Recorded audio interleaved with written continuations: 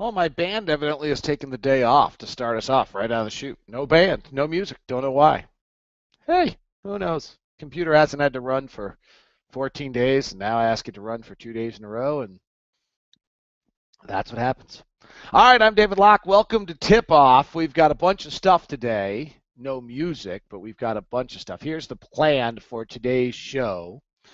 For those of you that are new to Tip Off, this is a little podcast that I do each and every morning, chat with you about what's going on around the NBA and the Utah Jazz.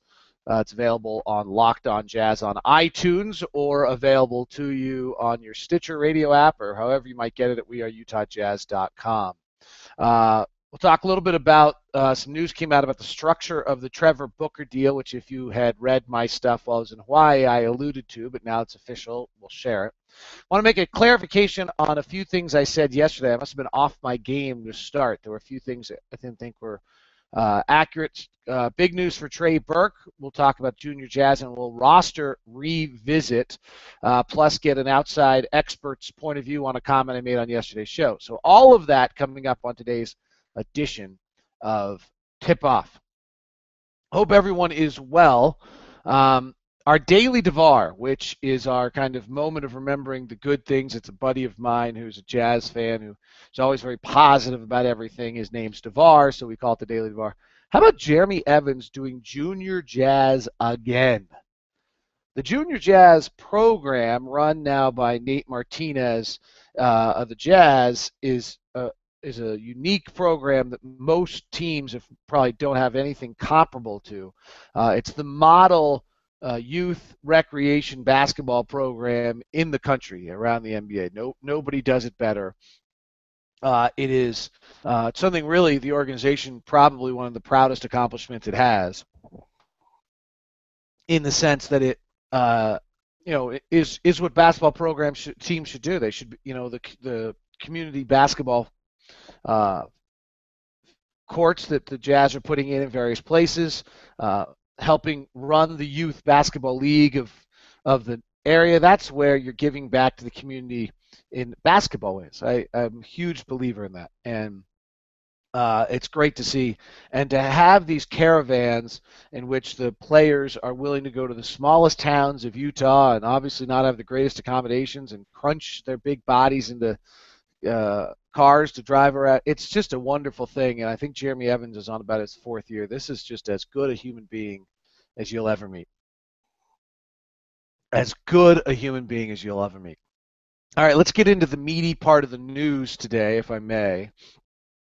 So the Trevor Booker deal, the 2-year deal, was official yesterday. We'll all meet with him today. If my daughter's golf tournament ends in time, I'll be over there doing an interview with him as well. But the part of the deal that came out yesterday is that the second year is only $400,000 guaranteed. And this is just another one of those signs to me of Dennis Lindsay working and giving himself options and situations. And this is what gives me, these are the subtle things that give me great confidence in Dennis Lindsay and his staff, that they're taking the Jazz in the right place. Now, is that going to happen? I can't promise that. There's so many other things that have to happen for it all to come together. But let's talk about why I feel that way. So the Jazz salary structure right now, after the Hayward deal, there's an apron you've got to get to. It's clear we're going very young again. Somebody, I think, said that the average rotation age of the guys I said is our rotation last night are 24 years old. We're going to be probably, other than Philadelphia, the youngest team in the NBA. And so we have money that we have to spend. At this point in free agency, Dennis knows what's going on with every team. Certain assets and pieces of our puzzle that we were hoping to be able to use to get deals done, first, the aggregation of assets to go get a star, which was the quest for the number 1 pick in the draft, didn't happen, wasn't available. Then any other type of things, getting in on the backside of a deal to accumulate assets by trading by taking in contract into our cap space. That didn't play. Carmelo didn't go to Chicago. Bosh didn't go to Houston. Those things just didn't happen. So that didn't materialize for Dennis. So you move to the next option, which is acquiring, players. But as our players are developing, Hood showing well in camp, I really think a big deal about Summer League is that Rodney Hood played well enough and Rudy Gobert played well enough that at this moment, if you're the Jazz, you're looking at both those players as though they are rotation players to you, and you now acquire your next players based on that. In other words, Gobert you set as your backup center, and you don't go get another center probably. And Hood is your backup wing, and you probably don't go get another. We've heard the names, though frankly I can't. I've heard the name Garcia. There's a Murray kid. I actually haven't heard. Tony Jones has those. My sources and my people, I haven't heard those names at all. That doesn't mean Tony's not wrong. That doesn't mean Tony's wrong. That frankly just means I haven't heard it. So maybe Tony's wrong. I don't know, but maybe I'm not in the loop like Tony is, right? I don't go double check into that. That's just simply exactly what I said. My people I've talked to, I have not heard those names. So we start to now. One of the other chits that we're trying to use in this process was our numerous non-guaranteed contracts. We have Ian Clark and Eric Murphy and Malcolm Thomas and John Lucas that are all non-guarantee deals for next year. They're all under contract. Well, that's, you move all those to somebody, that's a value because they then don't have to pay those guys if they're luxury tax, and you can take in a player. There were all these various different things that we were hoping to be able to do in free agency, and the things didn't materialize in our benefit. The free agents all went to the wrong spot. Houston and Chicago, which primarily we're going to have to clear space, didn't have to clear space. Carmelo staying in New York eliminated a great deal of that. And then, as I said, the second thing, there wasn't that player to assume as an asset for cap space. Interesting, by the way, that nobody kind of really got that deal that we got last year with Golden State, where we got 2 first-round draft picks for taking that money. That just didn't happen this year. In fact, the exact opposite. New Orleans gave up a first-round draft pick to get Omer Asik. I think, I'm not even sure what LA got for Jeremy Lin. So you look at that, and now it's, all right, so we got to go find some players. And we made the acquisition for Steve Novak, and you now need another big.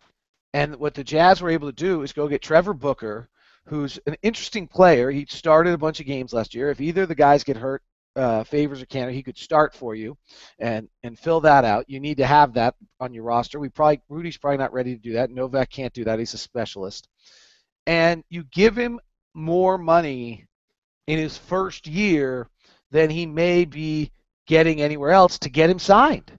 So if he was being offered, 2-year $9 million deals, 2-year $8 million deals, then what the Jazz did is the Jazz come in and say, wait a second, we'll actually give you a little more than that in the first year, but the second year of this contract is only guaranteed $400,000. So what that means is if the Jazz like him, it's a $4 million contract. If things don't materialize, the Jazz can keep him for $4.6 million and have him on the roster. The other thing, though, is he becomes an incredibly tradable piece in the offseason because he's only guaranteed $400,000. If a team's got a cap issue, you can trade him in the offseason, and they're only assuming $400,000. They can release him, and you can bring back as much as $8 million in salary. So it's a beautifully structured deal in that sense. And two, if Cantor has a great year and we've got to pay him, and if Alec Burks has a great year and we've got to pay him, and suddenly we are getting tight because of the Hayward deal, then you let Trevor Booker go. This is the level of detail and kind of working on something that really makes me impressed by the work of Dennis Lindsay.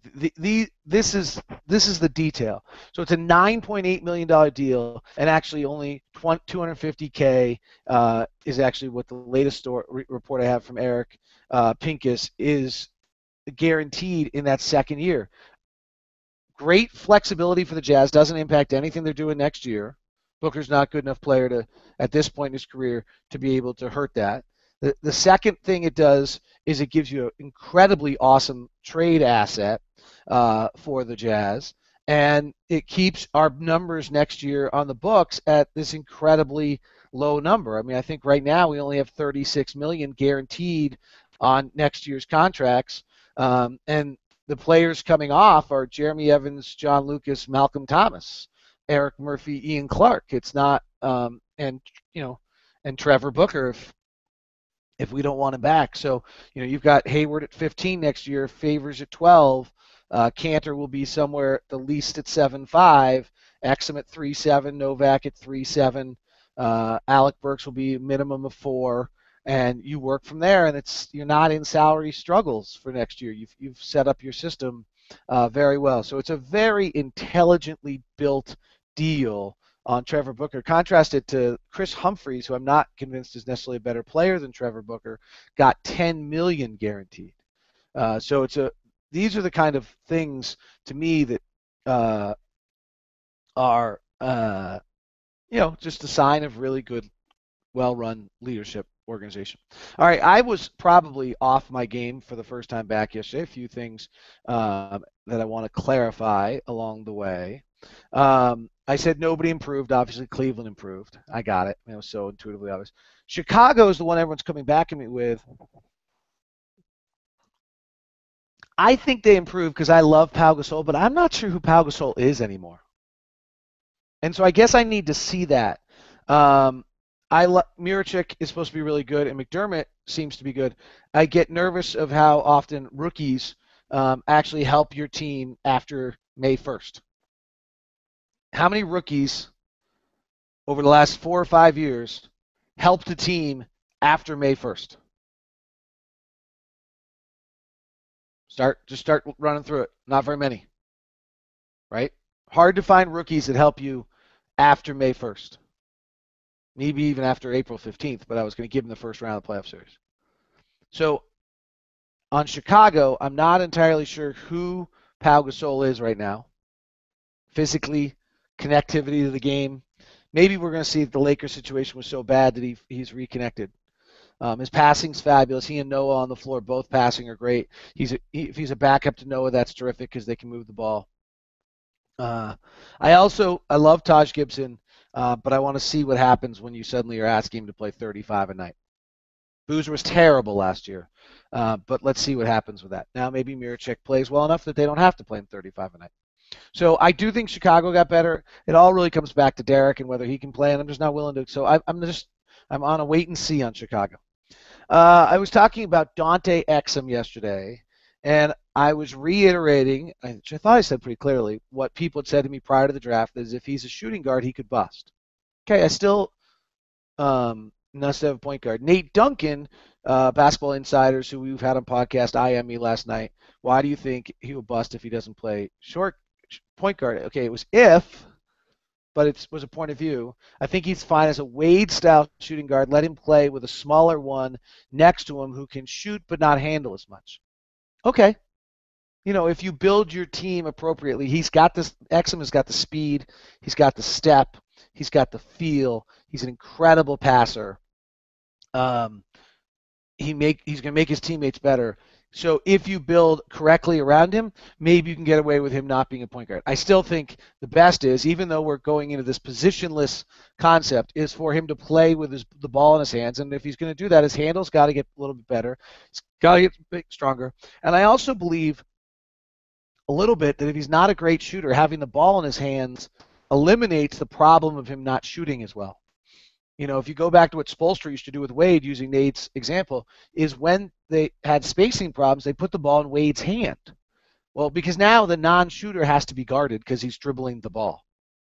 So one of the ways you can get away with having a non-shooter on the floor is you put the ball in his hands. That's another one. For Exum that I think is going to be very important. I was talking about Jeremy Evans, and I kind of just slid in the backside of, well, he could trade it. Really what I was doing is I was talking about Malcolm Thomas and his role on the team. And really, Jeremy Evans and Malcolm Thomas are pretty duplicates. Really, if you look at us, our bigs are Cantor, Booker, Novak, Favors, Gobert. That's 5 bigs, and 6 is Evans and 7 is Thomas, and they're really pretty much the same. They're power forwards who don't play post up, that are athletic as all get out. They're both really nice players. And I was really talking about the summer league and the perspective of what Malcolm Thomas did, and just kind of saying, if Malcolm Thomas makes the team, he'll come to camp because he's non-guaranteed, so he gets to come to camp, and he doesn't have the August 1 date that Ian Clark and Eric Murphy have on their contracts, and so he comes to camp, and in theory, he and Evans, I guess, compete for that job. Now, truthfully, that's pretty hard for Malcolm Thomas, because if you're gonna, I doubt you carry both. So you'd either move. What I was saying is you'd either move or do something with Evans. If you released Evans, now you're really playing Malcolm Thomas $2.7 million, because Evans is 1.7 and Malcolm's 1. And if Malcolm Thomas beats out Jeremy Evans and you release Jeremy Evans, then you're still paying Jeremy, so you're really paying Malcolm 2.7. It's a funny little game, right? You're either keeping Jeremy Evans at 1.7 or you're keeping Malcolm Thomas for 2.7 because you're releasing Jeremy Evans, or you trade Jeremy Evans. But I think the reality of the situation is, this is what I was saying, yes, but I didn't add this part on, so for clarification, is that Jeremy Evans is still ahead of Malcolm Thomas as well as Malcolm Thomas may have played in Summer League. He's got the experience. He's a better athlete. He's done more. He's been around longer. He's got a little bit of a veteran presence to him, of the sense he knows how to play the game right. It's been through more now with his extended minutes. That when you look at those two, Evans is probably still a step ahead of Thomas on the pecking order. So let's do it. Let's revisit the roster at this point, and make sure everyone kind of understands where we are, where the gaps are, and where things sit. You have your point guards, shall we call them, Trey, Burke, and Dante Exum. You probably need a third point guard of some extent. You have Alec Burks as a shooting guard. You're really thin in that realm. Ian Clark could probably be a third guard and a fourth point guard. I'm not sure that Ian Clark, if he makes the team, can be a second backup shooting guard yet. I think that might be maybe, but it seems like there's a spot there still for a backup guard. Maybe that's a veteran. Doesn't seem like we're heading in that direction with much of what we're doing. Hayward and Hood are your wings. Cantor, Booker, Novak, Favors, Gobert, your 5 bigs, and then I think Evans is 6. Then Malcolm Thomas becomes 7. I don't know if we could. I don't think you carry 7 bigs. I mean, if you look at that roster, you add another wing, that gets us to 12. You add Ian Clark, that gets you to 13. If you add a backup point guard, that gets you to 14, right? Have I got it right? Burke, Exum, Burks, Hayward, Hood. 6 bigs is 11. Another wing is 12. Ian Clark is 13. A third point guard is 14. So that's why I made the comments yesterday. If Malcolm Thomas can make this team, it's probably in lieu of Jeremy Evans, was the implication I made. That's tough. That's a tough breakdown. That's a tough task, because, as I said, Thomas is really 2.7 because he's the combination of the two deals. So that's how the roster kind of breaks right now. I don't know if you saw it. John Schumann had NBA power rankings out yesterday, had us 29th in the NBA in power rankings, with the Philadelphia 76ers at 30th. Is that fair? Here's the way I would say. I don't see it that way. I know John. I know John well enough. I could text him or DM him or something and bust his what's about it. See, I'm on my game better today. I'm not saying the words I shouldn't say, like yesterday when I wasn't back yet. I wasn't back in the mode, and yesterday I said a bunch of things I wasn't supposed to say. I think I don't think I could, though. I don't think he's totally crazy in what he's doing. I don't think that's an outrageous comment to put us there. I think someone I was on with Hans and Scotty yesterday, and they said, well, what about 30 wins are breaking point? My instincts were much better than 30 wins just with the development and players and new system and hopefully going to be successful and some things of that sort. But then I also take the other angle, which is if we're 28th or 29th in the West, okay, I'm not saying I believe this. That's 25. You don't win 30 games at that number. It's just mathematically, unless the league is really going to go whoop and bring the top down. You just can't do it, right? If every night you're playing teams that are better than you don't win 30 games. It's just go look in the history of the league. It just doesn't happen. So I think I don't know. I feel like 29th is a little tough to swallow, but then I start looking around. As I talked about yesterday, the East is now trying again. That's going to change things. It used to be a bunch of very, very poor teams in the East.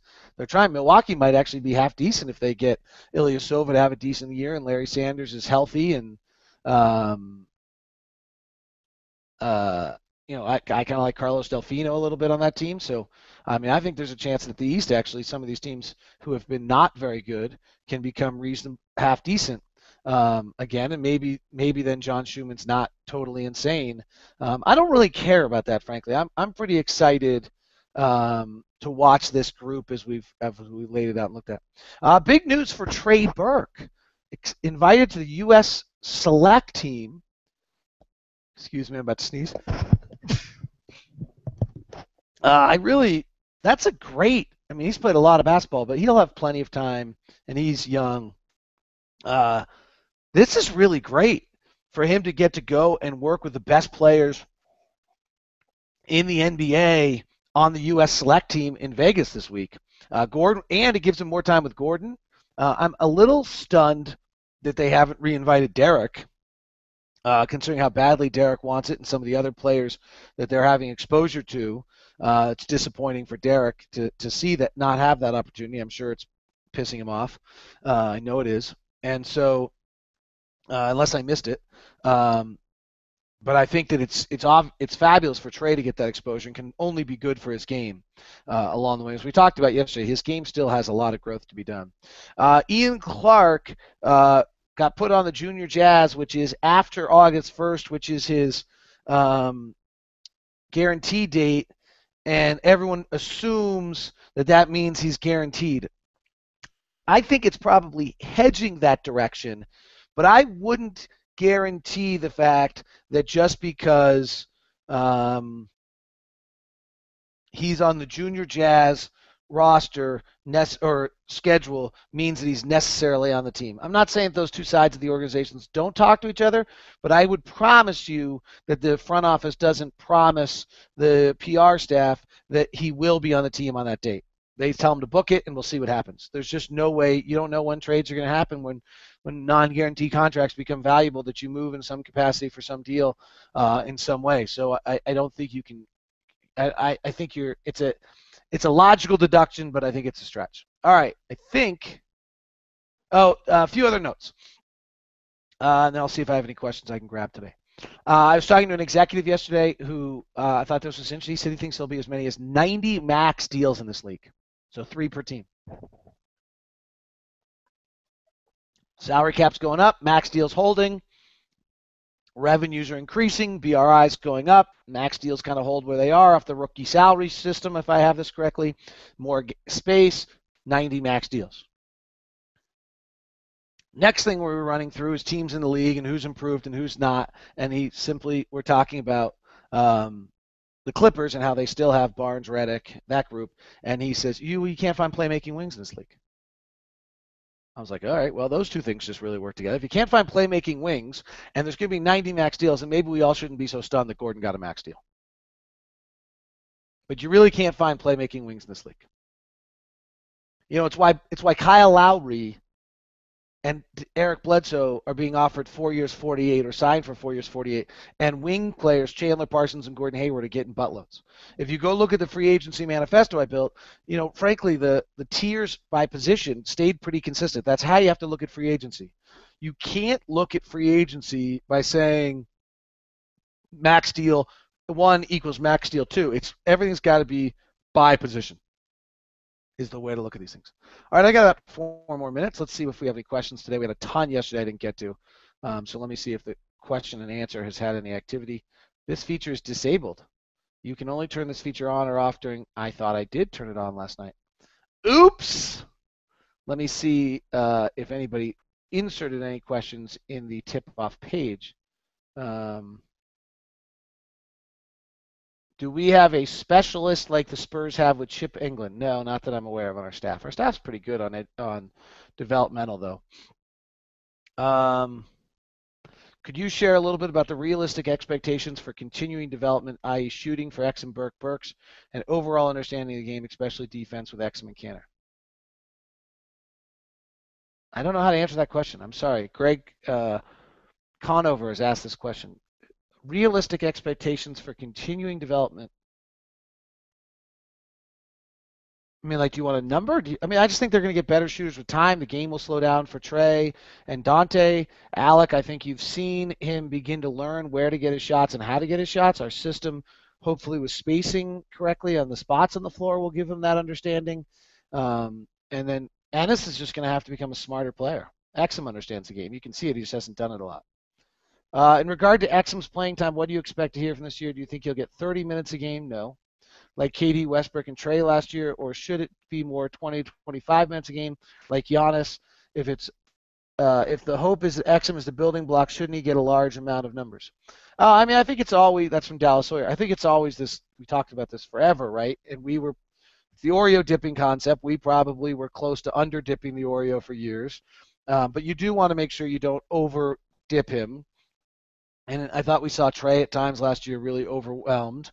And you got to be careful with how you do that, particularly with him being 2 years younger than Trey was. So I think that I think you have to look at that and be a little careful. Defensively, he's really going to struggle. Physically, he's really going to struggle. And I think hopefully there can be enough depth, which frankly there isn't right now, that on those nights where he's really off, you can protect him a little bit. And so that will get him from playing 30 minutes. But he's going to have some nights where he's really good, too. He's going to get in a rhythm, and the game's going to open up for him, and the other team's not going to want to play physical defense, and they're going to be on the back end of a back-to-back, and he's going to be fresh, and Dante's going to be really good because Dante's really got special skills. From Spencer Wixom, Rodney Hood and fellow Duke J.J. Redick have close to identical per 40-minute numbers in their first year at Duke. Rodney's taller and more athletic, whereas J.J.'s a better shooter. But is that a decent expectation for Rodney Hood? You know what? That exec I was talking to the other day told me he had him at top 10 on their board. They actually were talking to the Jazz for a trade possibility to get to 23, and had talked to the other teams ahead of the Jazz to try to get the pick, as the Jazz had too. Remember, the Jazz were trying to trade up and couldn't trade up. They were trying to do the same thing because they wanted Rodney Hood. Rodney Hood is thought of very highly and as really quite a good player. And I think is going to be a solid rotation player in the NBA, and may turn out to be an NBA starter at some point. And that's pretty exciting.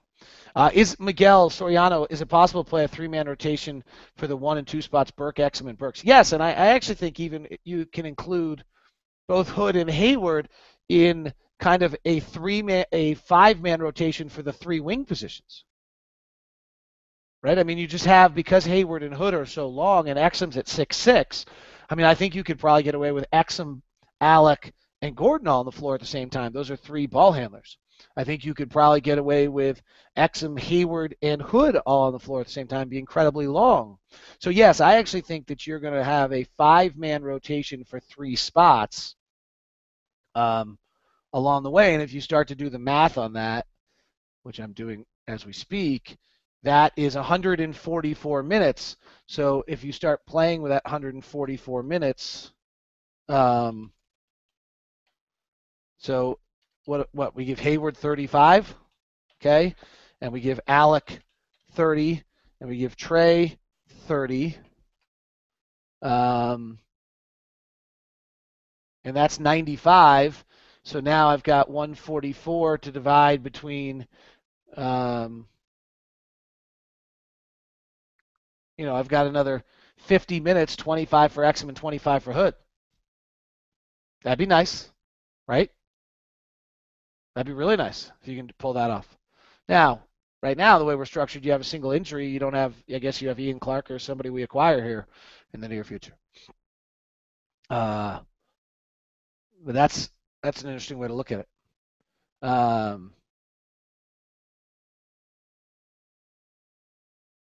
All right, that wraps us up today. Thank you for tuning in. I'll get the questions open tomorrow. I'll look back on the first show we had with a ton of questions and try to get to them tomorrow.